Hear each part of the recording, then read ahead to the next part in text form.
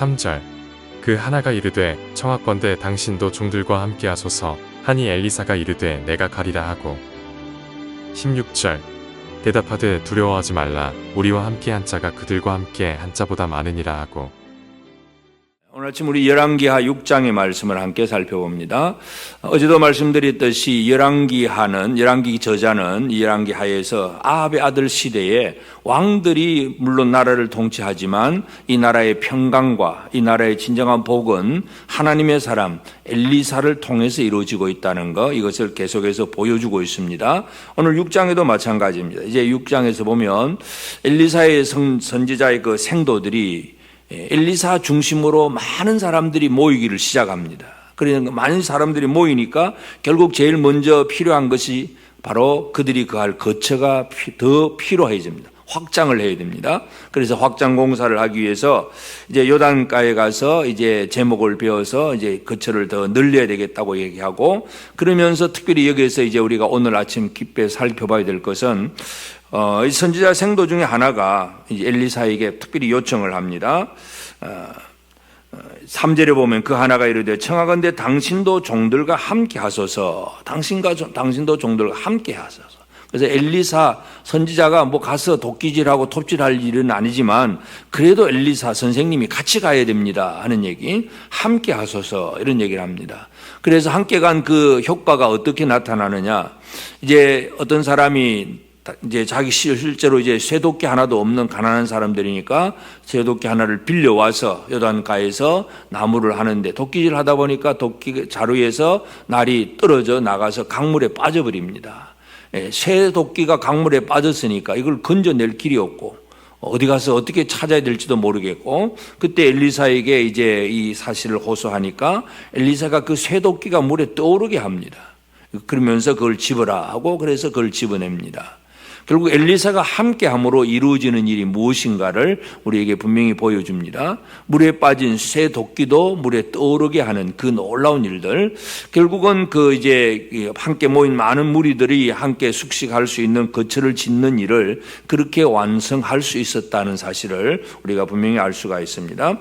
그 다음에 이제 8절부터 보면 또 이제 아람 왕이 이제 이스라엘에게 이제 쳐들어오려고 여러 번 이제 시도를 합니다. 그래서 오늘은 전략을 잘 짜서 이쪽 방향으로 가서 이스라엘 왕을 쳐야 되겠다 하는 그런 계획을 세우고 그쪽으로 군대를 또 복병도 두고 뭐 그렇게 뭔가 열심히 전략적으로 나오면 엘리사가 미리 알고 이스라엘 왕에게 전가를 보냅니다. 이제 아람 왕이 오늘은 저 북쪽에서 이렇게 내려올 거니까 그쪽을 방비하세요. 또 다음에는 또 남쪽을 방비하세요. 이런 식으로 아람 왕이 오는 모든 길을 다 알고 미리 다 알려줍니다. 요즘은 뭐 인공위성을 띄우고 뭐 이렇게 첩보위성을 띄우고 막 그렇게 해서 막 과학적으로 해보려고 애를 쓰지만 엘리사는 그런 시대가 아닙니다. 그런데도 앉아서 그저 아람 왕이 하는 모든 일을 알고 이스라엘 왕에게 그렇게 소식을 보냅니다. 그러니 아람 왕이 너무나 놀래가지고 이건 분명히 우리 안에 간첩이 있다. 그래서 이 간첩을 색출해야 된다고 생각하지만 그 신하 중에 한 사람이 하는 이야기가 이건 우리 중에 간첩 때문이 아니고 이스라엘의 선지자 엘리사가 그렇게 합니다. 엘리사는 왕이 침실에서 말한 것까지 다 알고 있습니다. 그러니까 참 이 적군인 아람 왕의 사람 신하들도 엘리사에 대해서 그렇게 알고 믿고 있습니다. 그러니까 그 다음에는 이 아람 왕이 그러면 어떻게 할까? 이 엘리사, 이 근본적인 가장 이 핵심적인 인물인 엘리사를 제거해야 되겠다. 그래서 엘리사가 어디 있느냐 물어보니까 도단이라고 하는 작은 성에 있습니다. 그래서 그러면 도단을 포위하자 하고 아람 군대를 모아서 도단성을 포위를 합니다. 그리고 나서 이제 그 도단성에 포위를 했을 때에 엘리사와 함께하는 또 이제 이 선지자의 생도들이 있었는데 그 중에 한 사람이 이제 아침에 일찍 일어나서 보니까 성 밖으로 아람 군대가 완전히 물샐 틈 없이 다 완벽하게 포위를 하고 있는 것을 보게 됩니다. 그래서 그 선지자의 생도가 이제 엘리사에게 또 내 주여 그러면서 걱정스러운 말로 또 이렇게 호소를 합니다. 그때 이제 이 엘리사가 또 자기 사환에게 해주는 말, 16절 보면 대답하되 두려워하지 말라. 우리와 함께 한 자가 그들과 함께 한 자보다 더 많으니라. 우리와 함께 한 자가 저 군대가 많아 보이지만 저 군대보다 더 많다. 엘리사가 그렇게 얘기를 해주고, 그리고 엘리사가 하나님 앞에 기도하면서 이 생도의 눈을 열어달라고 합니다. 그러니까 선지자의 생도가 지금은 아람 군대만 쳐다보고 그냥 두려워하고 있는데 눈이 열립니다. 또 영적인 눈이 열리니까 보니까 하늘에 불말과 불병거들이 성을 또 둘러 보호하고 있는 것을 보게 됩니다. 그래서 이 함께 한다는 거, 선지자의 생도들이 엘리사와 함께 하려고 하고, 엘리사는 분명히 누구와 함께 하고 있느냐? 하나님과 함께 하고 있습니다. 그래서 하나님과 함께 하는 사람들, 물론 그것을 영적인 눈이 열리지 않으면 보이지도 않지만 결국은 이제 이 기도를 통해서 이 선지자의 생도가 눈을 열고 그것을 보게 되고 안심을 하게 됩니다. 그리고 오히려 이제 엘리사는 아람 군대의 눈을 멀게 해달라고 또 기도하고, 아람 군대가 다 눈이 멀어집니다. 보이지를 않습니다. 그래서 오히려 엘리사가 성 밖에 나가서 그 사람들, 아람 군대들을 그렇게 당신이 찾는 성은 이 성이 아니고 이것이 아니다 그러면서 그들을 이끌고 사마리아로 데리고 갑니다. 그러니까 이 사람들, 아람 군대는 그냥 엘리사가 이끄는 대로 가서 사마리아 성중 한가운데 놓여 있게 되고, 이스라엘 군대가 이 사마리아 성에서 이 아람 군대를 다 이제 포위를 하고 되는 그런 지경이 됩니다. 그래서 결국 또 이스라엘 왕은 이 사람들을 이제 엘리사가 다 포로로 잡아온 것 같이 그렇게 여겨졌으니까 이거 어떻게 할까요? 하는 물어보고, 그때 엘리사는 오히려 죽이지 말고 그들에게 먹을 것 주고 다 그렇게 선대를 하라, 선의를 베풀으라, 선지자가 그렇게 얘기를 해주고 이스라엘 왕이 그렇게 합니다. 그래서 이 아람 군대는 다시는 이제 이스라엘을 치겠다는 마음도 그저 품을 수 없을 정도로 진짜 두려움 가운데서 겨우 살아나서 도망을 가게 됩니다. 근데 문제는 사람들은 그렇습니다. 시간만 지나면 다 잊어버립니다. 그리고 이제 또 얼마 후에 아람 왕 베나닷이 또다시 이스라엘을 칠 계획을 세웁니다. 그래서 전에는 어디로 공격을 하려고 하는 그런 마음만 먹으면 그 방향을 다 잡았고 방비를 했으니까 아예 이제는 전술을 바꾸었습니다. 그래서 이들은 이제는 방향이 없이 이 사마리아 성 전체를 둘러서 포위를 하자. 그래서 포위를 하고 그 안에 가두어 놓고 그 안에서 굶어 죽도록 만들자. 이것이 이제 아람의 전략입니다. 그래서 베나닷이 군대를 모아서 사마리아 성을 포위를 합니다. 그때부터 모든 사마리아 성 밖으로 나가고 들어오고 하는 그런 길들이 막히게 되니까 결국은 경제적인 타격이 제일 심각하게 오게 됩니다. 기근이 생깁니다. 심지어 어떤 일이 벌어지냐, 성경에 가장 끔찍한 일, 두 여자가 자기 아들을 삶아 먹고, 오늘은 내 아들을 먹고 내일은 네 아들을 먹자, 그렇게 하면서 아들을 잡아먹는 그런 일들이 벌어집니다.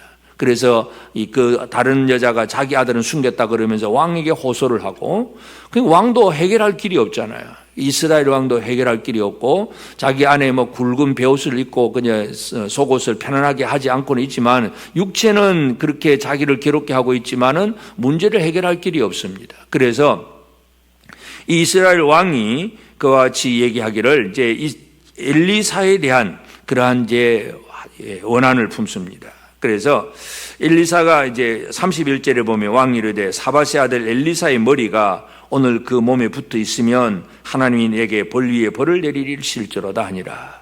결국은 왕은 엘리사와 함께하는 삶이 아니라 엘리사를 죽여야 되겠다. 기근의 문제가 지금 아람의 군대가 포위를 했고, 그리고 그것을 뚫어내지 못한 왕의 자기의 무능함, 이것을 쳐다보는 것이 아니라 선지자 탓을 하고 있는 거예요. 결국은 선지자와 함께 하느냐, 선지자가 그냥 내게 기도 안 해줘서 그렇다고 선지자 탓을 하느냐, 이제 이런 것들을 우리가 여기서 살펴볼 수 있는데, 그래서 이 열왕기하 6장에서 보면 하나님의 사람과 함께 하는 사람들, 선지자의 생도들, 그들은 이렇게 나무를 나무를 켜면서 도끼가 떨어지면 그 쇠도끼도 물에서 떠올라오는 놀라운 일들을 하면서 그 어떤 일들을 마칠 수가 있습니다. 그러나 자기 나라 안에 하나님의 사람이 있음에도 불구하고 하나님의 사람을 신뢰하지 아니하고 그에게 의지하지 않는 왕, 평소가 진짜 믿음의 왕이라면 그 기근의 문제가 들렸으면 전에 아람 군대를 다 포로로 잡아가지고 사마리아로 끌고 왔던 그런 놀라운 선지자 같은 선지자를 알았다면 그 왕이 다시 한번 선지자에게 그렇게 얘기를 하고 또 선지자의 도움을 받았어야 됩니다. 근데 왕은 그렇게 하지 않습니다. 32절에 보면 그때 엘리사가 그의 집에 앉아 있고 장로들이 그와 함께 앉아 있는데 그래서요. 그러니까 장로들은 오히려 엘리사와 더불어서 이걸 어떻게 하냐고 이렇게 의논을 하고 있는데 왕은 하나님의 사랑과 함께 하지 않습니다. 그래서 오늘 우리가 이 아침에 제일 중점적으로 생각해야 될 문제는 누구와 함께 하느냐 하는 문제입니다. 선지자의 생도도 하나님이 함께 하심이 있음에도 불구하고 눈이 멀었을 때는 함께 함을 깨닫지를 못하는 사람도 있습니다.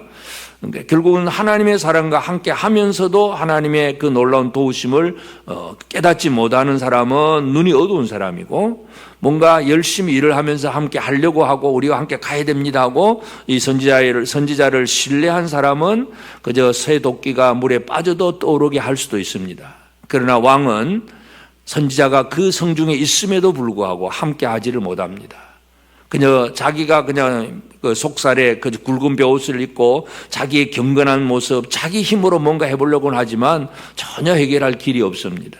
그래서 누구와 함께 하느냐가 가장 중요합니다. 오늘 우리가 살아가는 삶에 있어서도 믿음의 형제와 더불어서 또 믿음의 사람과 더불어서 함께 기도하고 함께 사역하고 함께 믿음의 사람과 의논하는 이 삶이 얼마나 중요한가를 오늘 우리 다시 한번 꼭 기억할 필요가 있습니다. 그래서 우리가 이 땅에서 이제 매일매일 살아갈 때는 우리 주변에 많은 이웃들이 있습니다. 불신자들도 뭐 사업을 하거나 직장 생활을 하다 보면 그런 사람들과 다 같이 지내야 됩니다만은, 그러나 진짜 우리가 어떤 문제를 가지고 해결하고 나아가고자 할 때 나는 누구와 함께 하는 사람인가? 어떤 문제가 있을 때 함께 할 수 있는 경건한 믿음의 사람, 하나님의 사람과 함께 할 수 있다면 그것이 진정한 하나님의 복을 받는다는 것을 이 열왕기하 6장은 우리에게 강조해 주고 있습니다. 그래서 오늘 우리는 이 엘리사의 존재가 북이스라엘에 있어서 그와 함께하는 사람은 은혜를 누리지만 아무리 가까이 있어도 진짜 믿음으로 함께하지 못하면 오히려 불평과 원망만 할 뿐이고 그 은혜를 누릴 수가 없다는 것을 분명히 보여줍니다. 그래서 오늘 이 아침 우리가 기도할 제목은 나는 누구와 함께하고 있는가를 잘 생각하시면서 특별히 나에게 믿음의 동력자가 되는 그러한 믿음의 동력자와 더불어서 함께하게 하신 그 사람을 위해서 기도하고 그와 더불어서 같이 기도하고 같이 사역하고 같이 하나님의 역사를 이루어 나가는 그런 일들이 이루어지도록 우리가 이 아침에 기도해야 되겠습니다. 그래서 오늘도 우리는 매일매일 일상의 삶을 살아가지만 어떠한 일에서든지 하나님의 사랑과 함께 하고자 하면 거기에 놀라운 하나님의 은혜가 있다는 사실을 기억하고 늘 주와 동행하고 또 주님이 우리에게 함께 하게 하신 믿음의 동력자와 더불어서 하나님의 사랑과 함께하는 복된 삶을 살아내는 우리 모든 성도들 꼭 되어지기를 주의 이름으로 축복합니다. 기도하십시오. 이제 오늘 받은 말씀으로 함께 기도하겠습니다. 엘리사의 제자처럼 하나님의 영으로 충만한 사람과 함께 일하며 그 과정에서 쇠도끼가 물에서 떠오르는 일과 같은 하나님의 은혜를 체험하는 삶을 살게 하옵소서. 엘리사를 보호하는 불말과 불병거가 있는 사실을 깨닫는 일처럼 우리 눈을 열어주셔서 하나님의 도우심을 신뢰하며 담대하게 오늘도 주의 사명을 감당하게 하옵소서.